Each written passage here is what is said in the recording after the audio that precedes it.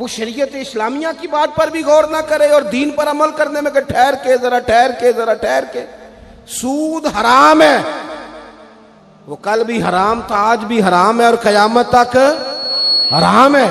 Be be پر پردہ ضروری ہے، اگر کائنات کی سب سے اعلیٰ بیویوں نے پردہ کیا ہے تو ان بیویوں کے لیے بھی پردہ ضروری ہے۔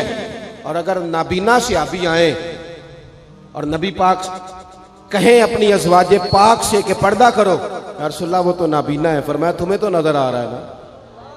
تو اگر جن کو قرآن ماں کہتے ہیں ان کا پردہ ضروری ہے تو پیر صاحب سے بھی عورت کا پردہ ضروری ہے۔ اس پیر سے کہو تو شرم کر، تو حیا کر، شریعت کا پاس کر۔ یہ کیسے ہوگا کہ تو بے پردہ آ کے بیٹھ گیا عورتوں کے بیچ؟ کس طرح ہو گیا تو؟ کہاں سے وہ تم نے دین سیکھا؟ اس میں شریعت اسلامیہ کا ہی پاس نہیں۔ اعلیٰ حضرت بریلوی رحمت اللہ علیہ پیلی بھیت میں کسی نے دعوت دے لی، کوئی شیخ تھے تشریف لے گئے تو عورتوں کے بیچ بیٹھ کے بے پردہ تعویذ بانٹ رہے تھے۔ فاضل بریلوی واپس آ گئے، ان کو کسی نے کہا وہ آپ کے مہمان تو جا رہے ہیں، تو وہ پیچھے سے دوڑے آئے تو کہنے لگے جناب کچھ تو لحاظ کریں، آپ جا رہے ہیں؟ فرمانے لگے میں نہیں جاتا آتا، واپس جا رہا ہوں۔ کہا کچھ تو لحاظ کریں۔ فرمانے لگے تو شریعت کا لحاظ نہیں کرتا، میں تیرا لحاظ کروں؟ لیکن وہ بھی کمال ہی بندے تھے، کہنے لگے جی میں توبہ کرتا ہوں، آج کے بعد یہ کام نہیں کروں گا۔ فرمایا تو توبہ کرتا ہے تو پھر سینے سے لگ، پھر چلتے ہیں، پھر تو بات ختم ہو گئی۔ تو میرے عزیز، نبی پاک کے صحابہ ہر مسئلے میں حضور سید عالم کی ہر تعلیم پر عمل کرنے میں حساس تھے۔ اس طرف دو منہ کر کے رکھتے پڑھائیں، اگلی 2 رکعتوں میں چہرہ ادھر کر لیا، کسی نے نہیں پوچھا حضور یہ کیا ہوا؟ انہوں نے کہا بس ٹھیک ہے، جدھر حضور کا چہرہ ہمارا بھی ادھر ہی چہرہ۔ اپنی زندگی میں یہ والا حسن پیدا کریں، شریعت کے معاملے میں، نبی پاک کی محبت کے معاملے میں لیت و لالا چھوڑ دیں، اگر مگر چھوڑ دیں، کریں گے دیکھیں گے ہو جائے گا فلانی دیر کے بعد، یہ کام چھوڑ دیں۔ عمل کرنا ہے تو بس پھر 100% کرنا ہے۔ آخری بات یہ کہ آپ نے دستار فضیلت کی ہے طالب علموں کی۔ اللہ قرآن مجید میں فرماتا ہے وَقُلْ رَبِّ زِدْنِی عِلْمًا، اے محبوب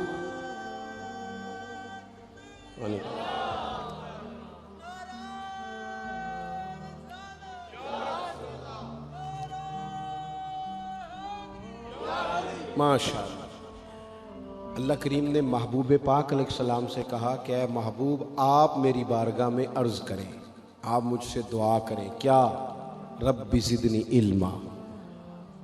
صرف آیت کا ترجمہ اگر آپ کی سمجھ میں آ جائے، مفہوم آیت، رب کہتا ہے محبوب مجھ سے کہیے رب زدنی علما، یا اللہ میرے علم میں اضافہ کر دیں۔ یہ کن کی بات ہے؟ وَعَلَّمَكَ مَا لَمْ تَكُنْ تَعْلَمْ۔ رب کہتا ہے جو نہیں پتا تھا سارا حبیب کو سکھا دیا، انہیں اللہ نے غیب کے خزانوں کی کنجیاں دے دیں، لیکن پھر بھی کہا مجھ سے آپ عرض کریں یا اللہ میرے علم میں۔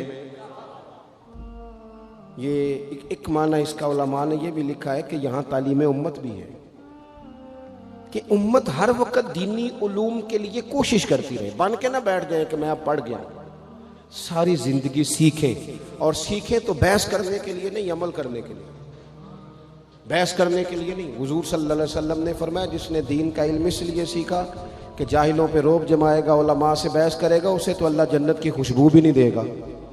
دین کا علم سیکھنا ہے تربیت کے لیے، ہم وہ دین سیکھیں گے پھر اس پر عمل کریں گے۔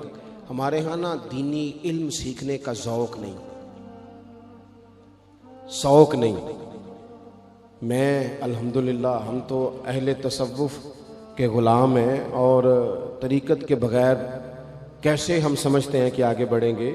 قرآن و سنت کا نچوڑ ہی تو ہمارے صوفیاء نے ہمیں دیا ہے، لیکن جو چیزیں اصل ہیں ان پر بھی تو غور کرنے کی ضرورت ہے نا۔ یہاں ایک بزرگ بٹھا دیے جائیں بڑے نیک پارسا، تسبیح دے کے، بڑے اچھے ہیں، بڑے نیک ہیں، پڑھیں ان پڑھ، اور ایک طرف مولانا کو بٹھا دیا جائے کہ آپ مشکات کا درس دیں، تو زیادہ قوم کدھر جاتی ہے؟ تسبیح والے بابا جی کی طرف، کیونکہ وہ جبے کبے میں بیٹھے ہیں۔ لیکن حضور نے ہمیں سوچ کیا دی ہے؟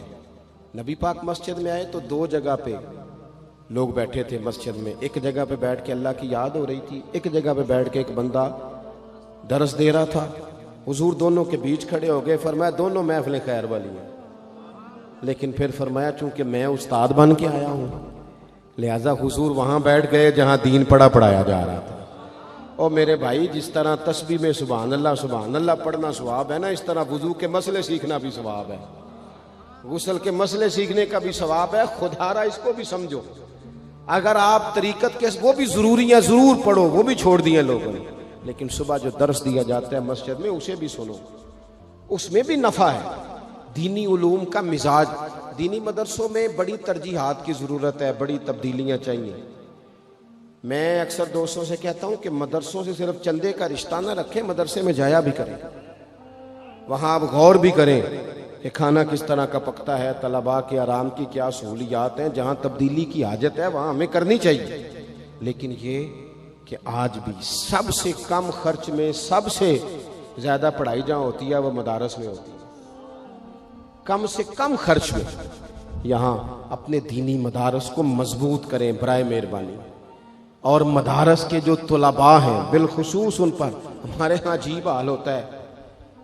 حدیث پاک سنائی جاتی ہے کہ طالب علموں کے پیروں کے نیچے فرشتے پر بچھاتے ہیں، فرشتوں نے طالب علم کے پیروں کے نیچے پر بچھائے ہوتے ہیں، اور کمیٹی والوں نے اسی طالب علم کے اوپر کھال رکھی ہوتی ہے قربانی کی۔ بھئی آپ تو حدیث سنا رہے تھے کہ اس کے پیروں کے نیچے فرشتوں نے پر بچھائے ہیں، تو آپ نے کیا بچھایا ہے؟ قربانی کی کھال۔ یہ جو صدر صاحب بنے ہوئے ہیں وہ کیوں نہیں اٹھا کے لا سکتے؟ سیکرٹری صاحب کیوں نہیں اٹھا کے لا سکتے؟ میں تو سالوں سے کہہ رہا ہوں، اپنے مدرسے کے طالب علموں کو ہمیشہ کہتا ہوں کہ کوئی ضرورت نہیں آپ گھر جائیں، کوئی حاجت نہیں کہ آپ سے کوئی بھی کام کرا جائے، قطعاً نہیں، یہ مزاج نہیں، آپ اپنے اپنے گھر جا کے عید گزاریں۔ ہاں کچھ عرصے سے مجھے پتہ چلا کہ بعض گھروں میں بڑی غربت ہے، تو وہ اس طرح کے قربانی کے گوشت کے بھی ذائقے غریبوں کو نصیب نہیں ہوتے، چونکہ وہ بھی اسی جانن والوں نوں دینا ہوندا ہے نا، جدھروں مینوں اٹھدا ہے میں انہاں نوں گاں دا کلیا ہے، پھر کسی نے فون کرتا ہے تساں جو کہ کٹا کیتا ہے تو وہ بھی کلیا جے، وہ بس کر دے۔ اور پھر ایک اور بات بھی، مہنگائی بڑی زیادہ ہے ملک میں، ہمیں ایک دوسرے کا خیال کرنا چاہیے، لیکن کون رونا رو رہا ہے مہنگائی کا؟ وہ بندہ رو رہا ہے جو ہر تیسرے دن چھوٹا گوشت کھاتا ہے۔ سارا سال رب نے اسے دیا ہے تو اس نے نہیں کہا مہنگا میں نے نہیں کھانا، سال کے بعد اسے اللہ نے کہا ایک میرے راہ میں بھی قربان کر، تو کہتا مہنگا ہی بڑا ہے۔ بھئی تو سارا سال کھاتا رہا تب تو نہیں، تو نے کہا مہنگا تھا، اب دینے کی باری آئی ہے۔ تو یہ حکومتیں جتنی ہیں نا کام کر رہی ہیں، جو پہلے گزری ہے، یہ آئی ہے، جتنی سیاسی جماعتیں اللہ ماشاءاللہ جو حکومت کر چکی ہیں یا کر رہی ہیں، مجھے تو ان سے کوئی امید نہیں یہ قوم کا کوئی سوچیں گے۔ یہ تو نمبر پلیٹیں بدلتی ہیں، انجن بھی وہی پرانے اور اندر بھی سارا کچھ وہی، ان سے تو کوئی توقع نہیں۔ البتہ ہمیں چاہیے کہ ہم ایک دوسرے کا ہاتھ تھامیں۔ عید پہ 3 دن عید ہے تو ایک جوڑا خرید لیں، ایک جوڑے میں 2 پرانے استعمال کر لیں، لیکن تھوڑا سا کم کریں خرچہ، اور تھوڑا دیکھیں ہماری گلی میں کون غریب بستا ہے۔ اگر ہم ووٹوں والے دن لسٹیں بنا سکتے ہیں نا کہ کدا ووٹ کتھے ہوئے تو وہ بندہ ایسے لے کتھے ہوئے، وہ اگر چھوڑ کے علاقہ چلا گیا تو وہاں سے جا کے لوگ کھینچ کے لے آتے ہیں کہ نہیں؟ تھوڑا علاقہ چنگا، میرے خیال ایتھے جی نہیں ہوندا، تسی بول دے نہیں نا، ہاں پہنچ جاتے ہیں نا ادھر سے کہ آپ آئیں جناب، وہ کرتے ہو نا، ساری لسٹیں بن جاتی ہیں، پتہ چل جاتا ہے۔ یہ کیوں نہیں پتہ لگتا کہ کیڑے گھر آج روٹی نہیں پکی؟ یہ کیوں پتہ نہیں چلتا کہ فلانا مقروض ہے اسے کوئی جینے نہیں دے رہا؟ مقروض کو تو زکوٰۃ بھی لگتی۔ اگر ووٹوں کی لسٹیں بن جاتی ہیں تو یہ لسٹ نہیں بن سکتی قربانی کس کس نے نہیں کی۔ خدا را ایک دوسرے کا بازو تھامیں۔ ہم تو اس محبوب کے ماننے والے ہیں جنہوں نے کہا کہ جس کا پڑوسی بھوکا سو گیا وہ تو اللہ رسول پہ ایمان ہی نہیں لایا۔ یہ کیسی بات ہے کہ ہم لوگ کھل کے کھائیں اور دائیں بائیں ہمارا خیال ہی نہ جائے؟ تو 3 باتیں عرض کی ہیں۔ سب سے پہلے تو نبی پاک سے ہمارا احساس والا رشتہ ہے، شریعت پر فوراً عمل کرنا چاہیے، ہمیں اپنے آپ کو پوری کوشش میں لانا چاہیے۔ دوسری بات، دینی علوم کی رغبت کریں، مسائل کو سیکھیں، ان پر عمل کریں، پوچھیں جس بات کا نہیں پتہ۔ حضور علیہ السلام نے فرمایا سوال جو ہے یہ جہالت کو ختم کرتا ہے، پوچھ لیں سوال ادب کے دائروں میں۔ اور تیسری بات یہ کہ اپنے ارد گرد خیال کریں، غرباء کا، مساکین کا، یتیموں کا، ناداروں کا، ان لوگوں سے پیار کریں۔ ان سے پیار کرنا بھی مدینے والے کا طریقہ ہے، یہ بھی ہمیں حضور کی سنت کے قریب لے جائے گا۔ اللہ تعالیٰ میری اور آپ کی حاضری قبول فرمائے۔ آخر دعوایا ان الحمدللہ رب العالمین۔ ٹکڑے ٹکڑے دل گردائے